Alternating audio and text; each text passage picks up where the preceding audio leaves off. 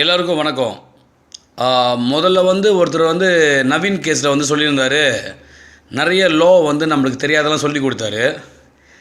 முதல்ல அவருக்கு நம்ம என்ன சொல்கிறது எனக்கு தெரியல.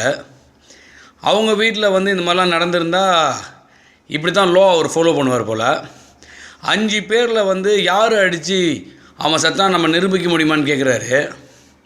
இதே மாதிரி நம்ம ஒரு 10 பேர் போய் அவங்க வீட்டில் போய் இவரை அடித்து கொண்டுட்டு யார் அடித்தா தெரியல அப்படி சொல்லிட்டு 10 பேர் வீட்டுக்கு வந்துட்டா சந்தோஷப்படுவாரோ?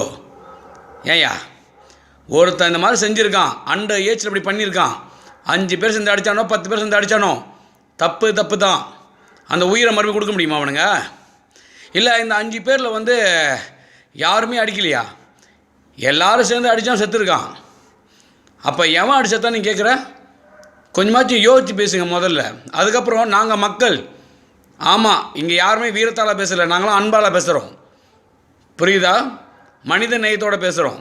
இது தமிழை மட்டும் இல்லை, மலாய்க்காரன், சீன எல்லாம் அத்தனை பேருமே இதுக்காக துடிக்கிறான். ஏன் தெரியுமா? மனித நேயம். முதல்ல அதை புரிஞ்சுக்கிங்க. உங்கள் லோவை தூக்கி குப்பத்தூரில் போடு. அவனுங்க உள்ளே இருந்தாலும் சரி வெளியே வந்தாலும் சரி சாவு நிச்சயம். அது யாராலையும் மாற்ற முடியாது. ஆண்டவன் இருக்கான், அதை முதல்ல நம்ம நம்புவோம். புரியுதா? லோவை பற்றி நீங்கள் யாரும் கற்றுக் கொடுக்காதீங்க, அது எங்களுக்கு தெரியும். இவ்வளோ பாவமான விஷயத்தை பண்ணியிருக்கானுங்க. நீங்களும் பிள்ளையை பார்த்துருக்கீங்களே, உனக்கு பொண்டாட்டி பிள்ளை இருக்குல்ல, அவங்களுக்கு நடந்திருந்தா லோவை பேசுவீங்களா? மறுபடியும் சொல்கிறேன், உங்கள் லோவை தூக்கி உங்கள் குப்பத்தூரில் போடுங்க. அவங்களுக்கு எப்பயுமே நிர்ணயிச்சாச்சு. பல அவங்களுக்கு ஆரம்பிச்சுட்டு தேடிட்டு இருக்காங்க இல்லையா? ஏதாவது ஒருத்தர் ரூபத்தில் அவனை முடிச்சுட்டு போயிடுவான். புரியுதா? அவங்கள காப்பாற்ற யார் காப்பாற்றிங்க பார்த்துக்கலாம். தப்பு பண்ணினவங்க தண்டனை அனுபவிச்சு ஆகணும். அது அண்டர் ஏஜோ இல்லையோ. ஏன் இன்னும் 5 வருஷம் கழிச்சு வெளியே வந்துட்டு சரியாக 25 வயசில் வெளியே வருவான், 26 வயசில் வெளியே வருவான். இன்னும் பல பேர் இந்த மாதிரி பண்ணிகிட்டு இருப்பானுங்களா?